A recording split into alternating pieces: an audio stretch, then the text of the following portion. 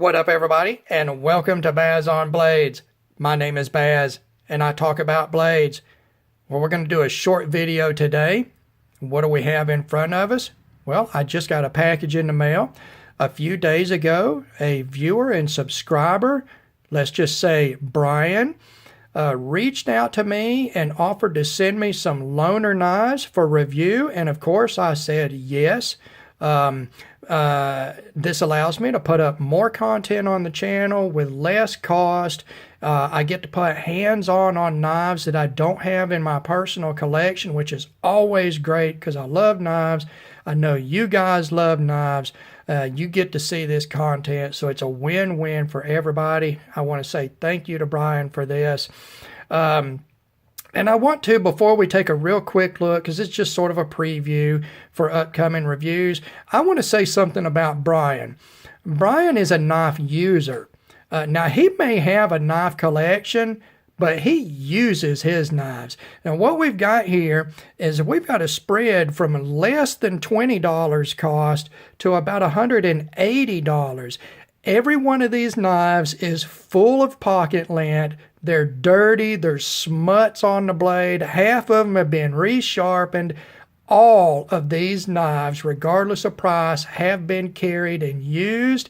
I love seeing that. Honestly, it's something that I just can't make myself do on some of my knives. And there's a lot of times I look at it and I'm just going, I just carry it and use it, and I never do. So I really appreciate seeing somebody that does carry and use their knives regardless of price. So what we're going to do here, we'll start down here on the left-hand side at the low cost, and what we've got is the Kanso Firebird FB 760. Now, I've done a review on this knife. I have one in my personal collection in carbon fiber, so I'm not going to do a review on it. I am going to say this. Brian has graciously donated this knife to the channel, so we will see it coming up in a giveaway, or I will use it to gift to somebody, maybe somebody young that needs a really good entry-level knife on their knife enthusiast journey, something like that. Brian, I will make sure it goes to somebody who can really appreciate it, and for the channel and for whoever ends up with it, thank you very much for the donation. I appreciate it. The next thing we've got here is a Tuya knife. I have not done any Tuya knife reviews yet. This is actually the first one I've had in hand.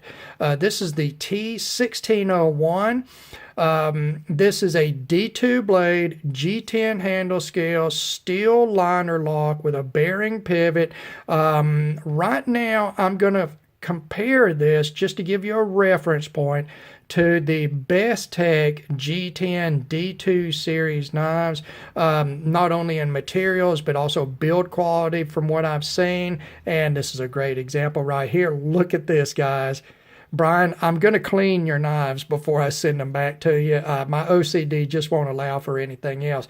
But this is a pretty cool little knife right here. It's a bearing pivot, flipper, great action, great detent. Smooth drop shut, great centering, solid lockup. Yeah, I look forward to reviewing this one, guys. All right, the next thing is a knife that I'm actually interested in adding to my personal collection, and that is the Best Tech Goblin carbon fiber. Look at that, guys. That is a beautiful little design. This is much like the Columbia River Pilar model in that it is a very sort of subcompact design with a large forward finger choil, a blade-oriented finger choil, and that makes that knife, look at that, you get right up on the edge of that blade, guys. This feels spectacular in that grip in the hand. It's a titanium frame lock with carbon fiber inlay on the show side. You've got milled titanium pocket clip and back spacer, S35VN for your blade steel, bearing pivot. This is about a $150 knife here, and just like the other ones, it came used. It has been used. Look at all the snail trails on it. It's full of pocket lint, guys. There was stuff on the blade. Brian uses his knives regardless of the price point.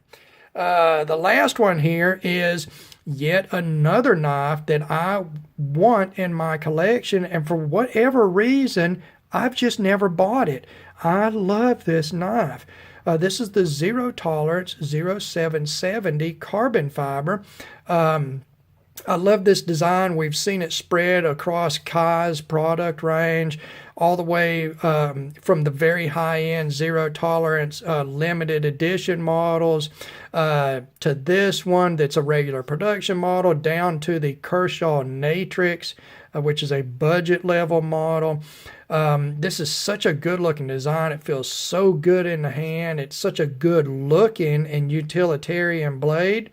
It's in premium materials and S35VN carbon fiber. Look at that backspacer. That's a good looking backspacer. My favorite zero tolerance pocket clip, the same one that's on the 0452 carbon fiber, which is my absolute favorite zero tolerance knife. This is one of the few zero tolerance models that's a speed safe model, assisted opening, and I actually like that in this model. I can't complain about that in this model. I think it suits it very well, guys. It's a liner lock with a nice heavy inlet liner lock there. The action is great. The centering is great. It's just a good looking knife, and I very much look forward to reviewing this knife right here. So this is what Brian has sent me. I'm very excited to review all of these.